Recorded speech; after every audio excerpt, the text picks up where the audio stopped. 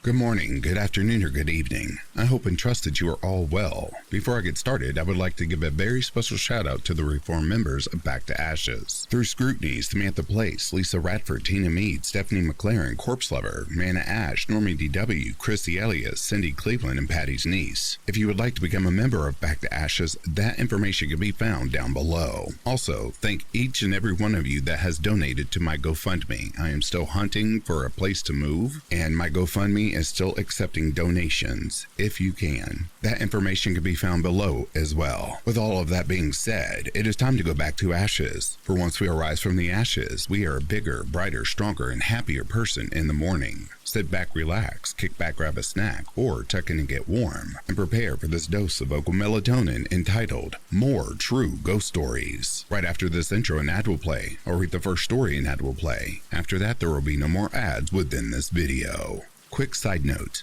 in the middle of these true stories, I will be also reading true haunted forest stories. Let's get started, shall we?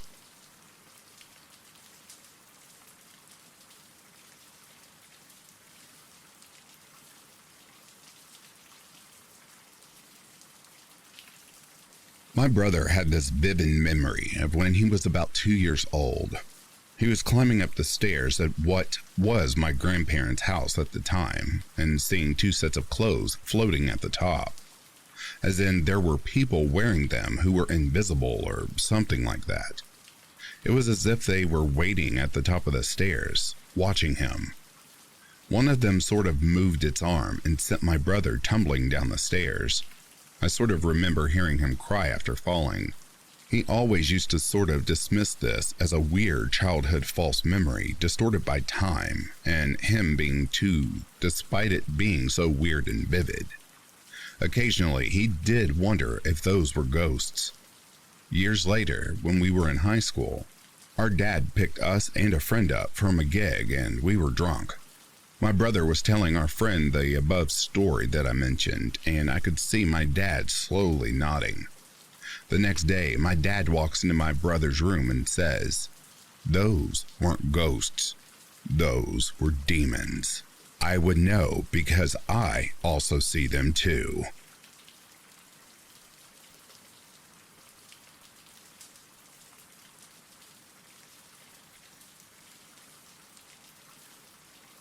The first 8 years of my life, my siblings and I were raised by my grandparents in Hopkinton, Massachusetts, where the marathon begins. They lived in a very old historical house built in the early 1800s. It was said that Lincoln's former maids were the first to occupy, and records show that in the early 1900s, a woman had died during a fire in the attic. I absolutely loved growing up in that house. But my Nana hung all of the old photos of the maids throughout the house, and they looked quite spooky.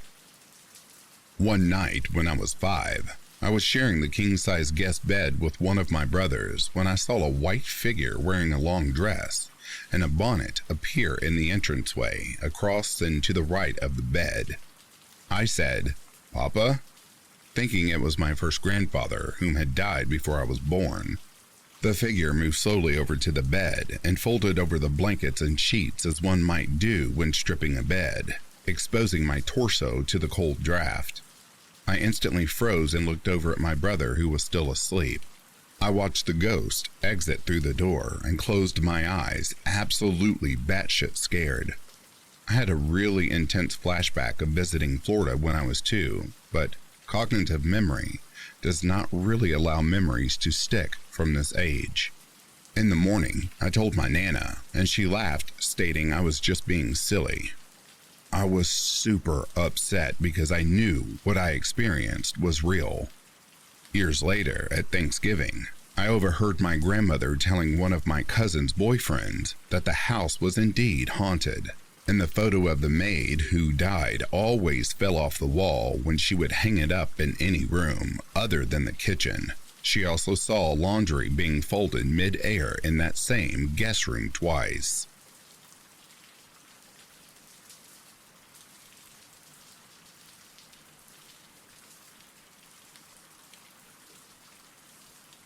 So, I say this because I've had numerous experiences where I have been physically reminded that there are things I don't understand in this world, and to pay heed to the powers they have. My first experience I have already written about when I was working in a haunted hospital. I was taking pictures in the 12th floor attic area when I got the sensation I should not be doing this. As I walked down the stairs, a little voice in the back of my head told me to be careful. Later that day, I was pulling a big laundry cart through a doorway when somehow my little finger got caught between it and the door frame. I had to wear a splint for a few weeks. I apologized to whatever was up there and took care not to record videos or take pictures.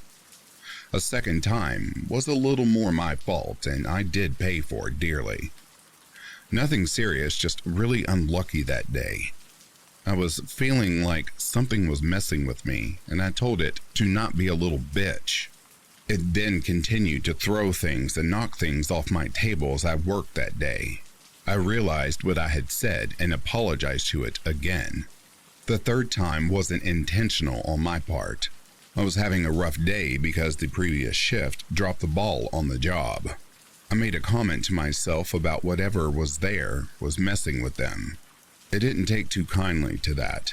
I went down to the break room to check something on the computer, and as I was going to sit down, it felt like the chair was just rolled out from under me, just enough for me to slip and fall on my ass. I was okay, quickly righted myself and muttered that I wasn't being serious, but once again, said I was sorry. So, take heed from this story when you think you're in a paranormal location, or something is trying to get your attention. Be respectful, be open-minded, and be extremely careful.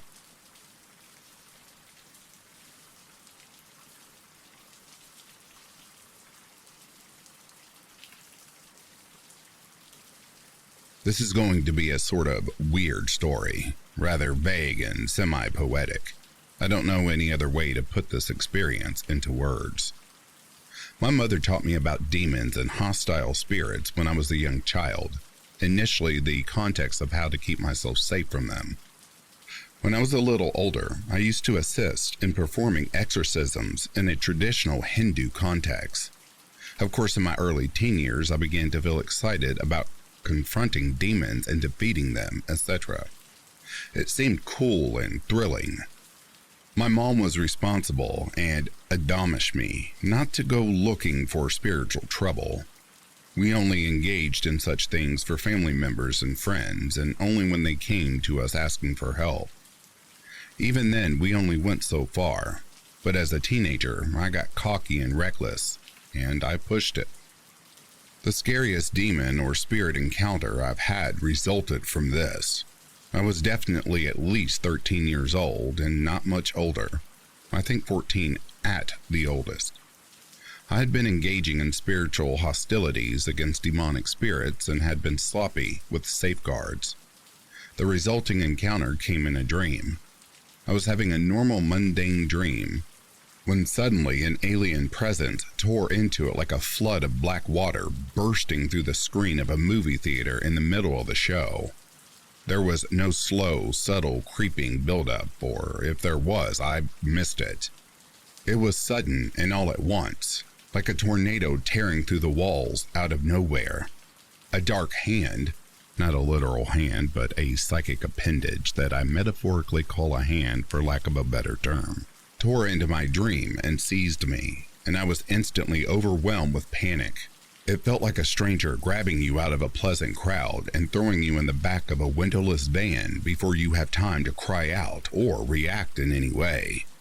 I was pulled down, dizzyingly fast, far from my familiar and comfortable field of consciousness from what felt like in my mind, and plunged into deep blackness, wrapped in a cruel malice that gripped me like a vice, and felt palpably like an alien mind that had invaded or violated my own. I would have screamed, but I had no voice, fled in panic, but I had no body. Then that long arm finally brought me to him. All I saw in the darkness were his eyes, a dark, dull red like ugly old scabs, barely lighter than the surrounding black. Those eyes stabbed me. They burned me. Nothing else moved. Nothing else touched me.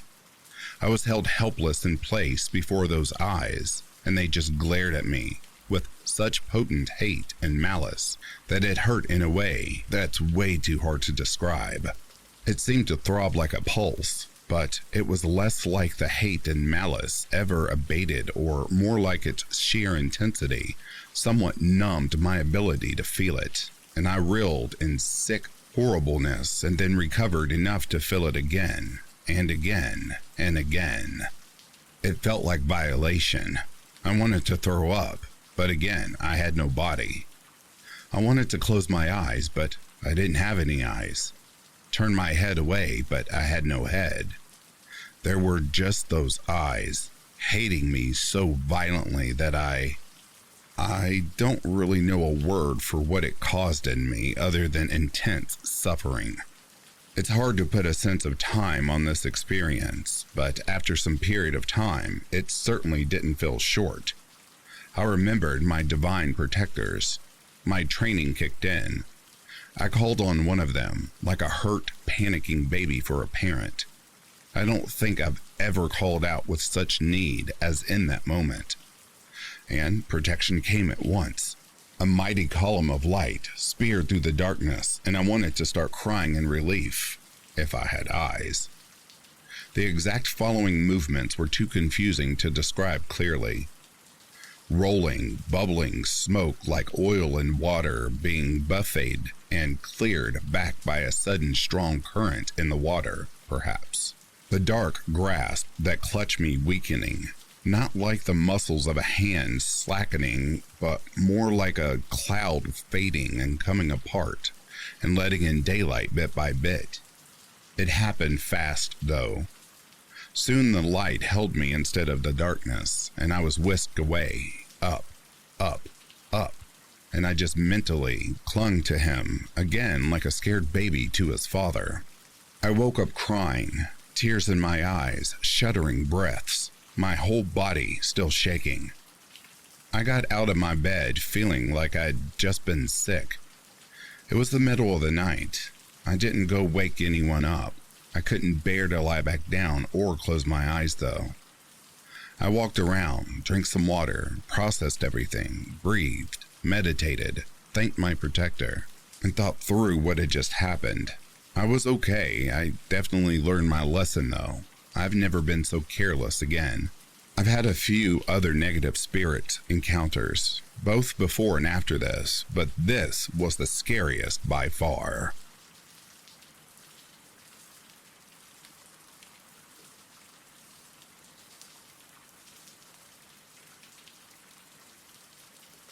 About a year ago, my husband had to go on a business trip and was out for one night.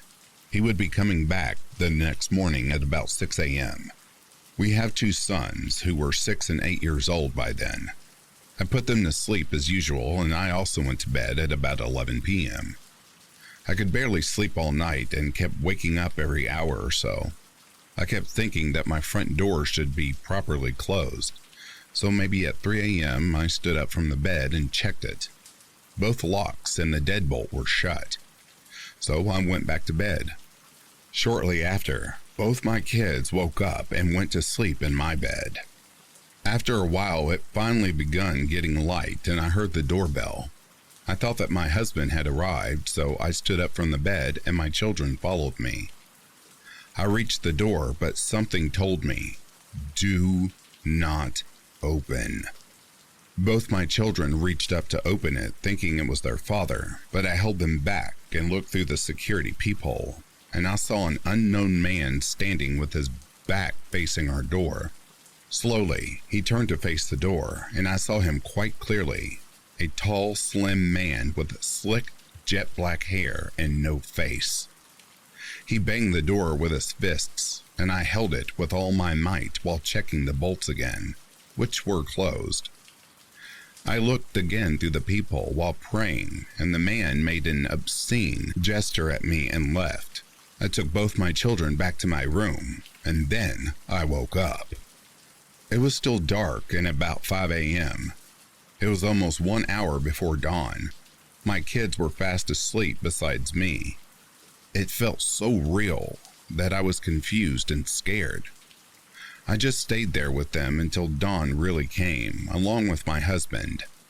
Since all that happened, I double-check our door every night.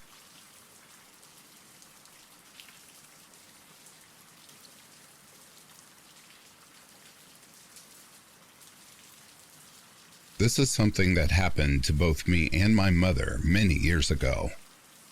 Mom and I had just moved back to our house after renting it for 2 years after her divorce. It started sinisterly, almost quietly. For a few weeks, although the whole house was carpeted, when we were on the floor, we would hear walking on another. Our doors didn't squeak or make noise yet. We would hear doors opening and closing. There was a couple of times when one of us would come home and a TV would be on. Of course, Mom always blamed me. Then, things started showing up in places that they shouldn't have been, and some things just were missing for a while. Like the TV remote for the living room would be in the bathroom, or shoes would be missing for a few days, then show up in the laundry room or in the laundry. These were things that at that time we blamed our own carelessness on, or tried to find logical explanation for. I'm sure we all know where this is going. My bedroom and Mom's were side by side, with the bathroom just outside of Mom's room, and a third bedroom on the third floor that her ex used, and we now use for storage and closed the door. The stairs to that bedroom were just outside the bathroom. One night, I was washing my face and brushing my teeth, and when I finished, I walked out of the bathroom and saw that the door to the third bedroom was open. "Hey, Ma, were you just upstairs?" "No, you?" Now we were feeling a little spooked. So, with a bat, a rifle, and flashlights, we crept upstairs. Nothing was there, and we weren't sure if anything was moved because there was some of our furniture on one side, just out of storage, and boxes on the other side of the room. Everything looked fine, so we exited the room, closed and locked the door. Over the next few weeks, if I was home alone and I noticed the door was opened again, I would just get in my car and leave or go outside and wait for my mom to come home. Funny how even in my 20s I still needed my mommy. Mom and I started to have nightmares that grew in intensity to the point that we would shuffle into the kitchen in the middle of the night, one after the other, sometimes together, and just hang out for a while. We were sleep deprived very shortly. Then we started to hear voices. Mom would come into my room annoyed and sad. "What do you want?" I didn't call out to her. Sometimes I would go into her room and ask what she needed, and she would say that she didn't call me. Mom's bed faced the open door, and we always left our bedroom doors open from years of having pets, although at this time we didn't have any. I exited the bathroom and was walking past her open door when I felt something touch me, and I jumped. It felt like a cold hand gripping my shoulder. Mom saw this as she was sitting up in bed reading, and then we both heard a very faint laugh. Okay, Mom was pissed. She leapt out of bed and was by my side so fast that I didn't see her move. In a loud, strong voice, she shouted, "Get away from my baby and get the hell out of my house." I guess we were all our mother's babies, no matter what our age. Funny interjection. My mom would introduce me as her baby when I was in my 40s. For a few nights, things were sort of quiet. We were still having nightmares and sometimes things were getting moved, but nothing attacked and there were no more voices. Then we had a terrifying night of being poked and pushed, and also hearing raspy breathing. The next day, I was so tired that I could barely function, but my mom insisted that I go to work. I did, but an hour late. As I was leaving my grandmother, a couple of her sisters and a pair of elderly ladies from the old neighborhood pulled up in a pristine but 20-year-old car. Interesting. They piled out of the car carrying paper shopping bags. My Nana stopped me and the group circled around and started speaking in Italian. I had forgotten a lot of Italian from my childhood, but I recognized some words as blessings. They splashed me with fragrant water and told me to leave. My Nana told me to not speak of this verbally, and try not to think about it either, lest it be encouraged to return. No one ever told me what went on while I was gone, and I was told not to ask. That killed me as I was so curious, but I knew they knew best. But when I came home, everything felt different, cleaner, brighter, and happier. I really wish they had taught me more, but I felt protected ever since.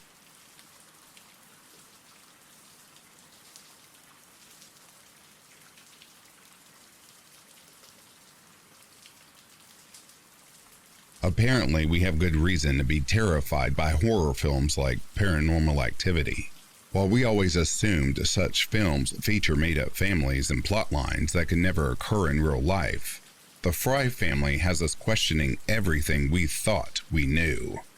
Tracy and Kieran Fry of New Tredegar, South Wales, claim to be terrorized by an evil poltergeist every night. Tracy, 46, says that the phantom beats her up every night, leaving her covered with bruises. Kieran, 32, hired a specialist to cleanse the house. He also brought a vicar to bless the house in an attempt to get rid of the curse. The phantom also supposedly haunts the couple's 3 children. Kieran took a photo of the ghost in his son's bedroom. He describes the ghost as a small child clad in white with a blue face and tail.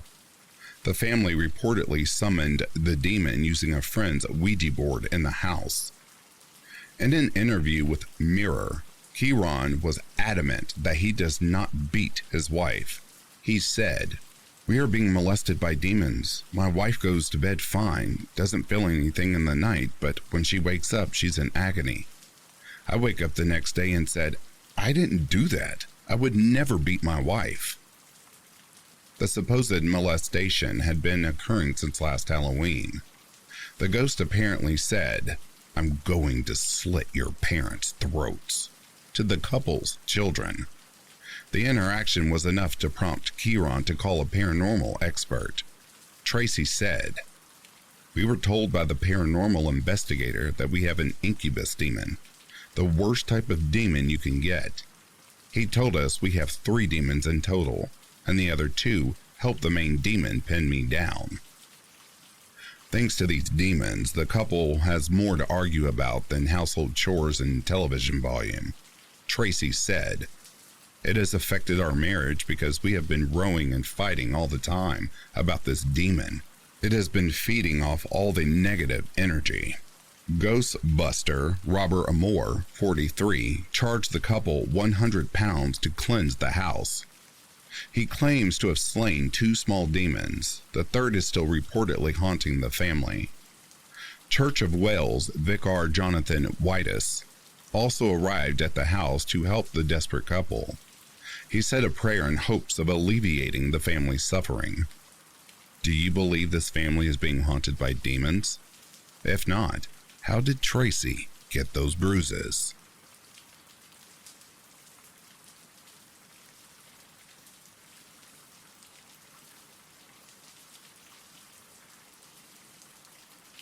It was a late Sunday evening, about 9 p.m.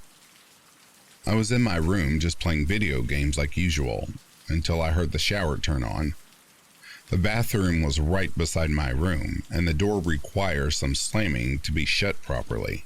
I didn't hear the door being slammed, but disregarded it as my own lack of attention to it, I guess, since I was fully immersed in my video game. About an hour later, my game was finished, but I noticed that the shower was still on for some reason. Now, I for one take long showers too, usually around 40 minutes or so, but no one else in the family usually takes that long. So I asked my dad if my aunt was home, because my parents and brother were all downstairs in the living room. No one else could have been in there besides my aunt. However, my dad said that my aunt hasn't come home yet. I told my dad that someone was in the bathroom taking a shower. We went to check, and the lights were still on, but the shower was now off. We knock on the door. Once. Twice. No answer. He opens the door, and there's no one there. Not a single soul. My dad thought I was just pranking him, but I told him that I wasn't. He still doesn't believe me. Who was in there? How did the shower turn on? Why were the lights still on, with a closed door? I'll never know the answers to these questions. To make it even creepier, I dreamt about a dark figure with glowing eyes standing at the top of the staircase that is on the same floor as the bathroom. And the room beside mine always has a slight cool breeze circulating in there.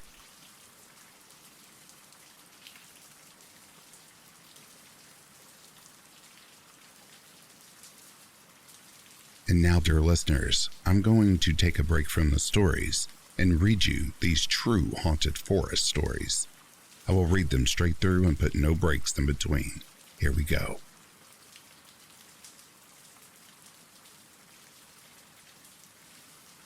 Elfin Forest, California.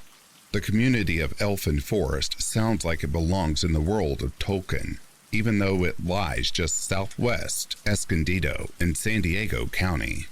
How fitting, then, that it is crawling with tall tales, myths, and stories of hundreds of spirits and goblins. Legend has it that Romani people used to occupy Elfin Forest in the early 19th century, until nearby townsfolk drove them out and slaughtered those that remained behind. Supposedly, they exacted revenge by cursing the forest and its surrounding lands. Today, people have claimed to see all kinds of eerie apparitions, like a floating woman dressed in white, a cloaked spirit riding a black stallion, and mysterious footprints. Highgate Cemetery, London, UK. This lush and leafy northern London garden, fictionalized in Bram Stoker's Dracula as Kingstead Churchyard, has a pleasantly eccentric roll call of notable graves, including those of Karl Marx and Douglas Adams. And while it remains one of London's least visited landmarks, those who do enter its gates come seeking ghostly encounters as much as celebrity headstones.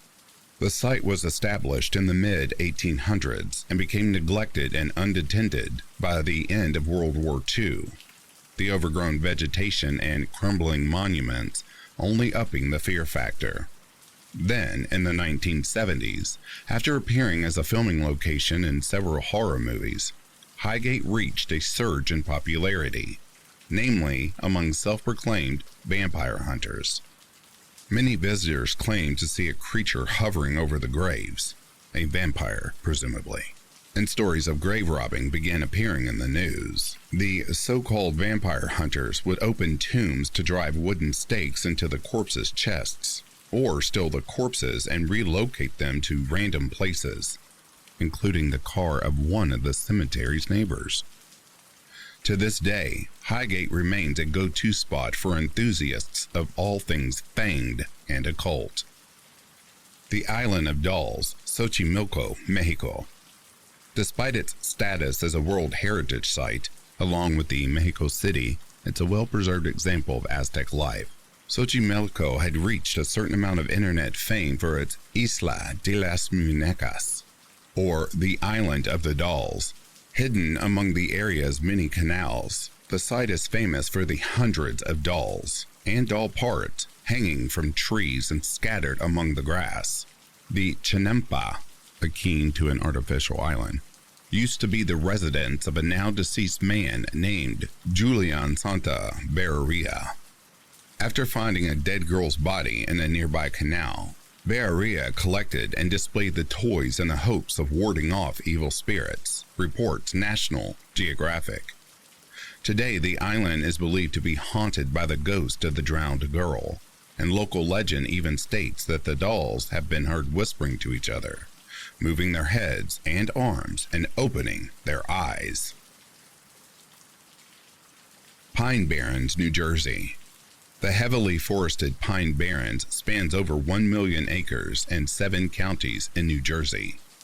The area thrived during the colonial era, host to sawmills, paper mills, and other industries. People eventually abandoned the mills and surrounding villages when coal was discovered to the west in Pennsylvania, leaving behind ghost towns, and, some say, a few supernatural wanderers. The most popular Pine Barrens residence is, without a doubt, the Jersey Devil.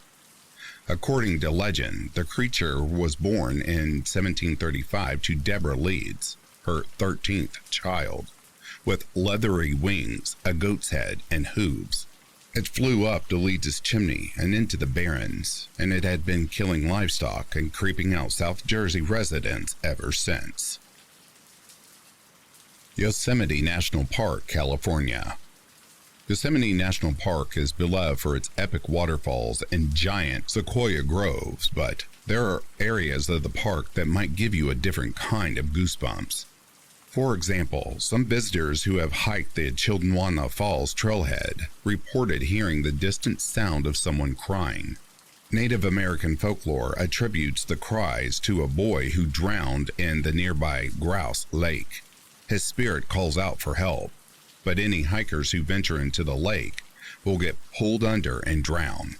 Another Native American legend claims that some of the waterfalls in the park are haunted by an evil wind that draws people to the edge of the falls and then blows them off the cliff. Cameron Park, Texas. Waco's Cameron Park has several spots that are reported to be paranormal hot zones, including Jacob's Ladder, a treacherous set of stairs haunted by a grabbing ghost who tug on climbers' clothes to pull them down. But perhaps the most well-known site is the Witch's Castle, a name given to crumbling ruins found deep in the park.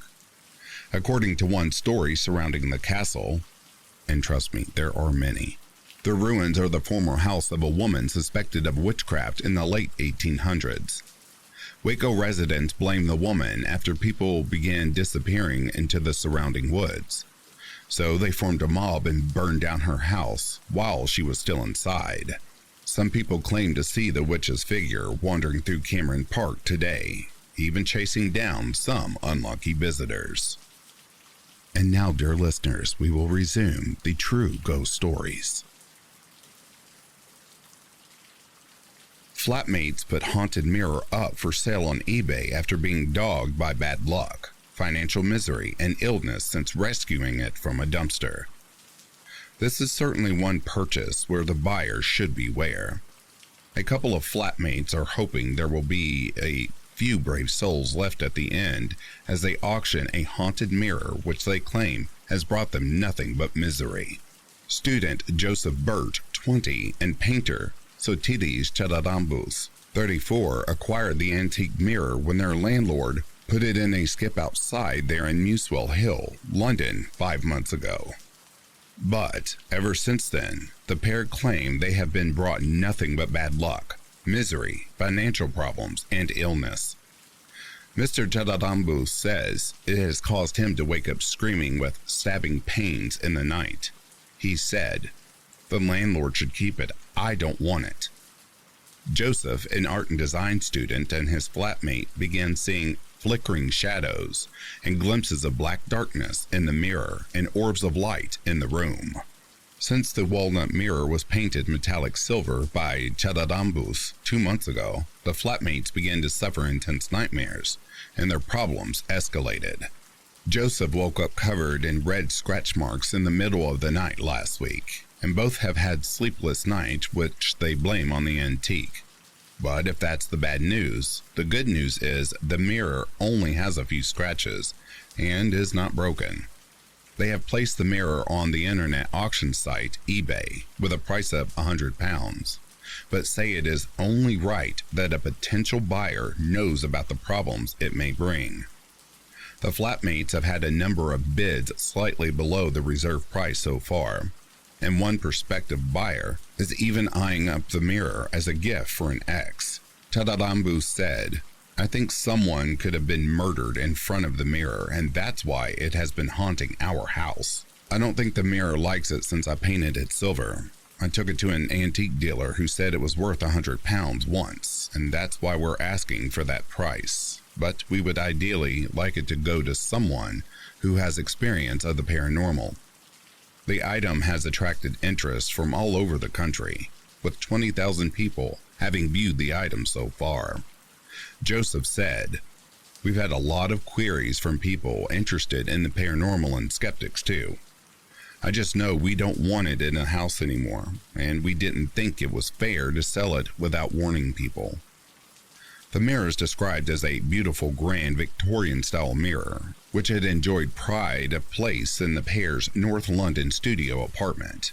Joseph said, "Since the mirror was put up, everything has gone wrong.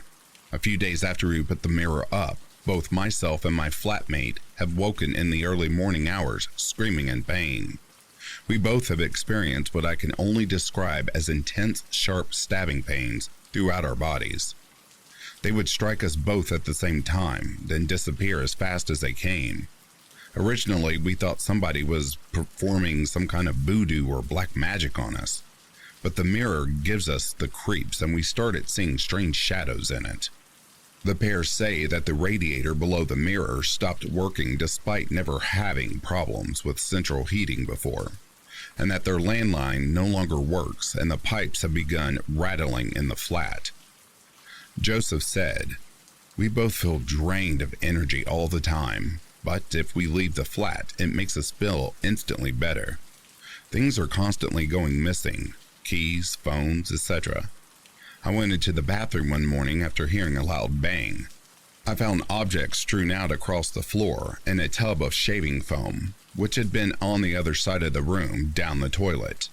With my flatmate working most days, I spent a lot of time here alone in the flat. I became paranoid and had the uneasy feeling that I was constantly being watched. My anxiety levels reached an all-time high, and I was prescribed antidepressants by my doctor for the first time in my life. While I have calmed down enough to be able to tolerate being alone in the flat, I couldn't help but notice strange things happening around me. I would put things down and they would disappear. When I pass the mirror, I see flickering shadows reflecting in it. I would stand completely still and they continued, and I'd get quick glimpses of black darkness." He added, "Last week I woke up at 3:30 a.m. with a pain in my lower back and bottom that felt like I had been burned.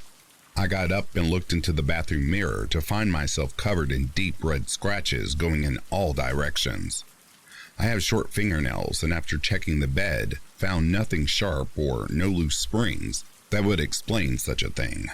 I have never been particularly superstitious, but just being around this mirror gives me the creeps and makes me feel sick to my stomach. I would ideally like it to go to somebody who has experience with the paranormal or supernatural and knows what they are getting themselves in for."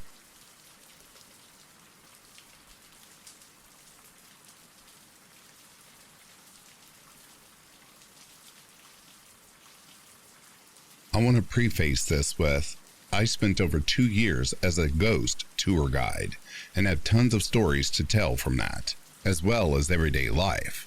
Here is one of those stories. My mom's side of the family has been open to the paranormal since my great-grandmother, as far as I'm aware, when she and her husband found a burial ground on the property where they built the family home. My dad's side is not open at all, to the point where he loudly and proudly exclaims that he won't believe until something scratches, abducts, or otherwise pokes and prods him. And as we were about 5 months from going on a trip to Edinburgh and going into the catacombs, he was proclaiming this at least once a day. I assume that is what drew the man. Not really sure how else to classify this thing, as he appeared not long after the daily proclamations started. Now, it is important to know the layout of my rooms for this. The house has a straight hallway that ended in my door. When standing in my door, facing the hall, my then 7-year-old brother's room was directly on the left. My dad's room was about 4 to 5 feet further up the hall and to the right. It was about 2:30 to 3 a.m. when it appeared. I woke up for seemingly no reason and saw the time on my bedside clock. I don't remember the exact time, only that it was right around 3 a.m. I sat up, and when sitting up, faced my open bedroom door. Standing there in the lit hallway was what I can only describe as an emaciated man. His limbs were too long, too thin, and overall just wrong. It's the only way I can think to describe it. I remember looking at him, frozen, and thinking that he looked like a jungle cat, crouched on those too long limbs. He had thin, oily black hair that only hung to about chin length. Of all those things that had me terrified about this thing, the stretched skin, predator poise, and two big presents for a thing that thin. Of all those things, nothing had my heart stopping like the smile. It was all teeth, too wide, and just reinforced the wrongness of this thing. It never came into my room. It did go into my brother's room that first night. It came again to my door for the next 2 nights, right around the same time. It never went back into my brother's room, but it did start entering my dad's room. I remember crying myself to sleep every time it left, terrified that if I left my room, as if my open doorway was actually anything of a deterrent, it would come back, or it would be able to hurt me or get in. Again, not like there was anything actually there to keep it out, but terrified teen logic is only slightly better than terrified toddler logic. Instead of hiding under a blanket, I was hiding behind an open door. I remember having my grandmother bring me a bundle of sage and trying to cleanse the house that way after the second night. When it showed up again, that night for the 3rd time, I salted around and in the house. I don't know for sure if it was corporeal or some sort of spirit. I just know I am still terrified of it. I've been looking into the crawler, but I'm not sure if it fits. Has anyone else had any experiences with something like this? If so, how did you get rid of it? I would really like to know in case it decides to come back. As of now, I'm labeling this as an encounter, as I'm not sure if it really counts as any sort of debunking or advice.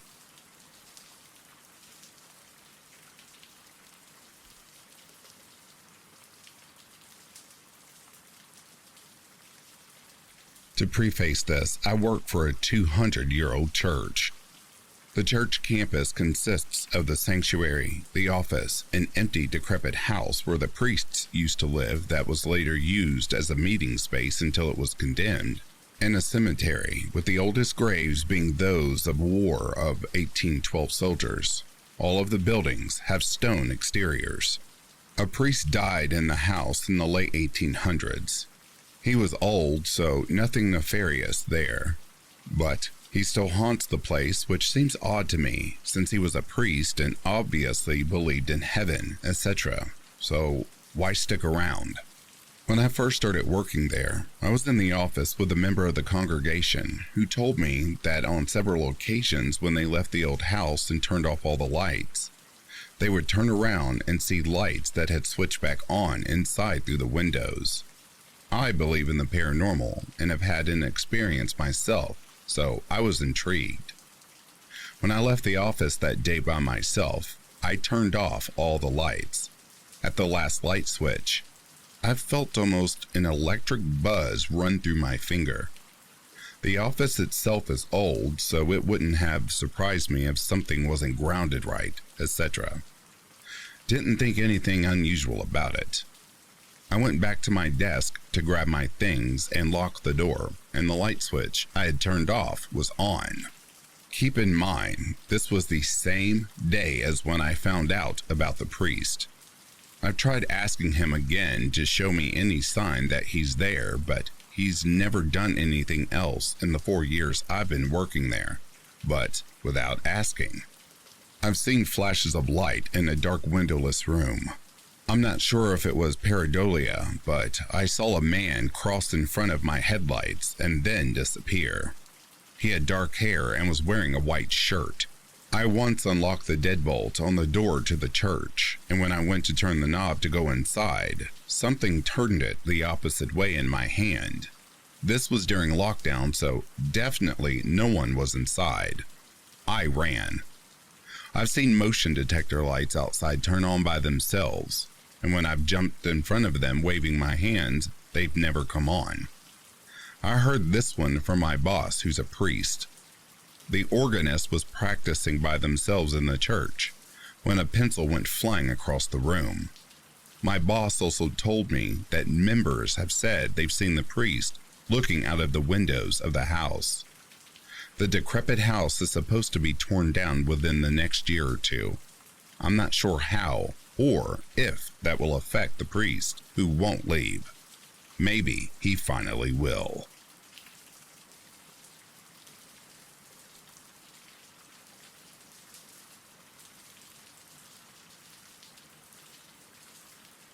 I've always had an empathic side to me, but family tried to tell me we have a special intuition. I didn't believe it until this happened.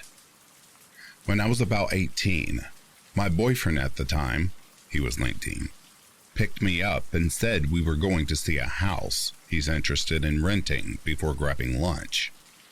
His mom was the real estate agent, so she was going to meet us there. Cool, no problem.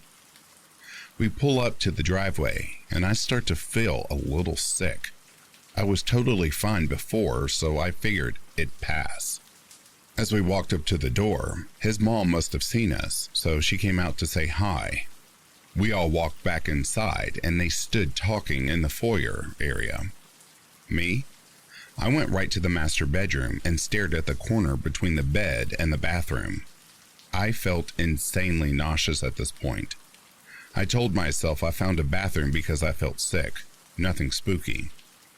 My boyfriend came in and asked me what was up.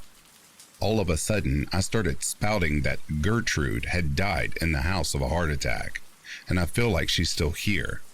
He started laughing and said that I can just say I don't like the house. I told him I wasn't kidding and to go ask his mom.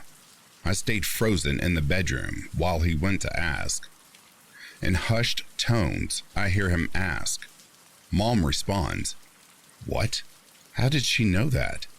"Yes, a woman named Gertrude died here recently. She was 87 and had a heart attack in the home." My legs gave out and I hit the floor. I didn't have the address to this place, didn't do research, didn't know the people who lived here. There was no explanation for what happened other than it was paranormal.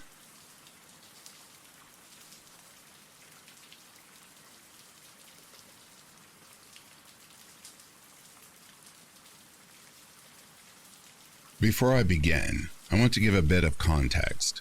This was about 7 years ago, and my boyfriend, at the time, and I had just gotten back together after a brief separation. Jerry's brother had just gotten married and bought a house, so Jerry and I agreed to stay in the home to clean it for when they returned. Looking back, that's a little weird to me, but whatever, I was happy to help. One night, while we were staying in the home, Jerry and I were unpacking and washing dishes. Jerry wanted to celebrate the fact that we had gotten together, so he left to grab some ingredients to cook me dinner. While he was gone, I put Pandora on and kept washing dishes. The phone I had its speaker on the back, so I left my phone on the couch, face down, playing music. It's important to note, my phone had about 15% battery life left. After about 15 minutes or so, the music cut off. I figured the battery had died, so I kept washing dishes. However, I couldn't ignore the eerie feeling that filled the home when there wasn't any sound. I finished washing the dishes as quickly as I could and walked over to my phone. When I turned it over, I was shocked to see that my phone hadn't died. It had 10% battery left. Pandora was still on, and the volume was still up. I sat down on the couch and began messing with it to try to get the music to play again, but nothing worked. Now, it's important to note the layout of the house. As I'm sitting on the couch, I'm facing the kitchen. The front door and dining room are to my left, and there's an archway to a hallway to my right. If you were to stand in the archway to the hall, there'd be a bathroom in front of you, a bedroom with windows to your right, and a bedroom with no windows to the left. As I'm on the couch messing with my phone, I see a shadow pass by the archway super quickly, almost as quick as a blink of an eye. What do? What every first victim of movie serial killers do, of course. I go follow it. My brain registered the figure as a woman with a long dress and long black hair, but I couldn't see her face. I followed her down the hallway, of course, to the dark bedroom with no windows. The only thing in this room was a closet with older metal accordion doors, which were slightly open. When I stepped in the doorway of this room, I froze. I couldn't move or speak. She stood in the corner of the room opposite of me, and we stood there frozen. It felt like I was there for an hour, but it was only seconds. Almost immediately after I walked into the room, Jerry came back. When he didn't see me in the kitchen or living room, he yelled out, "Babe?" When I didn't answer, he yelled again, "Babe! Babe!" As much as I wanted to scream back, I couldn't. All of a sudden, the accordion doors started shaking. She started screaming and coming towards me. In my head, I'm screaming and trying to do anything to get myself to move. When I'm finally sure that this is the end, I get plucked up off the ground and am popped over Jerry's shoulder. Next thing I know, he sets me down on the couch and is asking me, "Why did you follow her? You know not to follow them. Why did you follow her?" Jerry happened to have some sage spray. Again, now thinking back on all this, all weird. Did he know about her? After we saged and lit a few candles, the eerie feeling went away and nothing else happened. But that is something I will never forget. I've seen someone similar after that, like years after, but I wasn't with Jerry or even in that same house.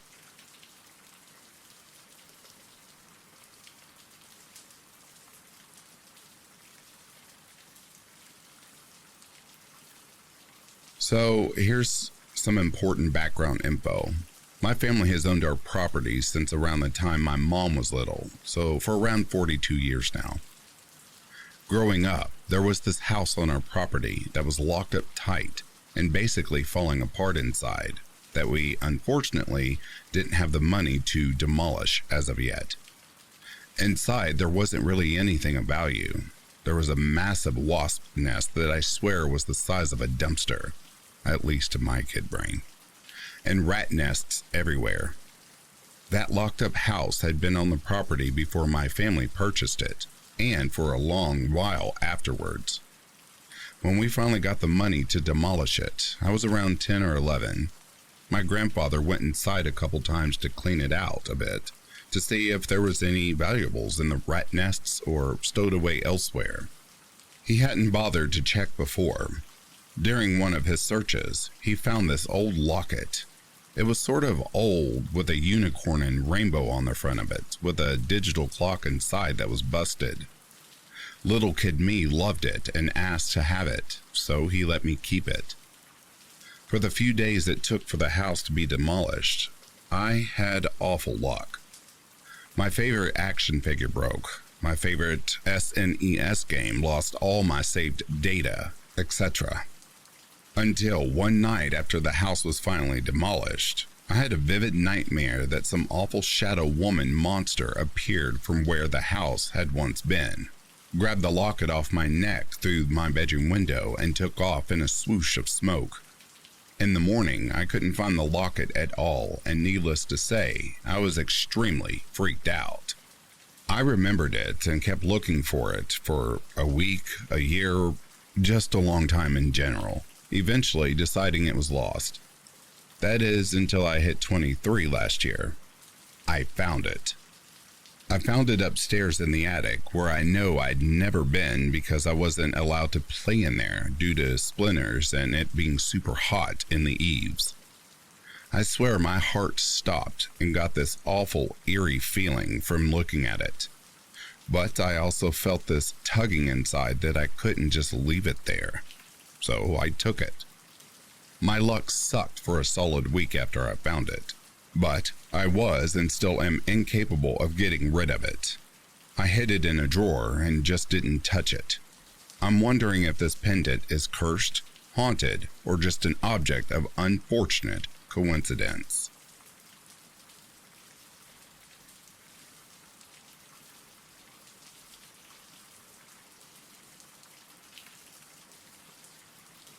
I was talking to a friend about some old spooky stuff that happened to me living in my old family home, and I thought that I would share this story with you. It's the only crazy paranormal thing that's happened to me, with witnesses to confirm that I am not crazy. This happened back in 2008. I was a junior in high school, hanging out with an old girlfriend of mine and her friend at my house, while the rest of my family flew out to Washington to visit family the previous night. I'm over in Michigan, by the way. The night was any typical teenager hangout. We ordered Pizza Hut, played Guitar Hero, and played some handmade spirit games thing with fire. I light the fire and ask the ghost a question. If the fire moves, it means yada yada yada. All dumb, profoundly normal things.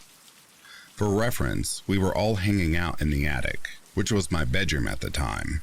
The staircase led right into my living room, which had a beaded door at the bottom of them.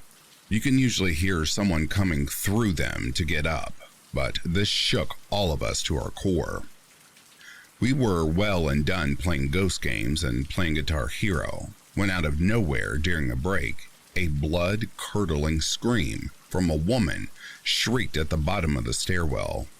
It almost sounded fake, like a corny movie scream, but loud and panicked scream to be sure. It sounded legit. We froze and heard nothing else. No beads, no footsteps, nothing. My house was old, so you often heard and felt people moving around in it, but there was nothing. I got the courage to charge the living room with a pocket knife after yelling that we are calling the cops, but to our surprise, there was nothing. The doors and windows were locked. It was the middle of a particularly nasty Michigan snowstorm, and there weren't any footprints outside the house. We all ran outside and went to the end of the short driveway, looking in the window from afar for an intruder. We called the police and they came and searched the entire house for us while we all sat in my 90s Pontiac Grand Prix. After about an hour, they came back and found nobody hiding in the house. After this, I ran into the house, grabbed my essentials, Xbox 360, clothes, phone, wallet, backpack, and drove to my best friend's house. I ended up crashing at his place for 3 months after that. I refused to sleep in that house until my family all got home from Washington. To this day, I still have no freaking clue what that was, but it sends shivers down my spine thinking about that scream, even as an adult. Nothing else after that happened at that house, and nothing really happened before either. It was just random. I also saw my friend's dead grandma through a window on 2 occasions, along with some other stuff from her.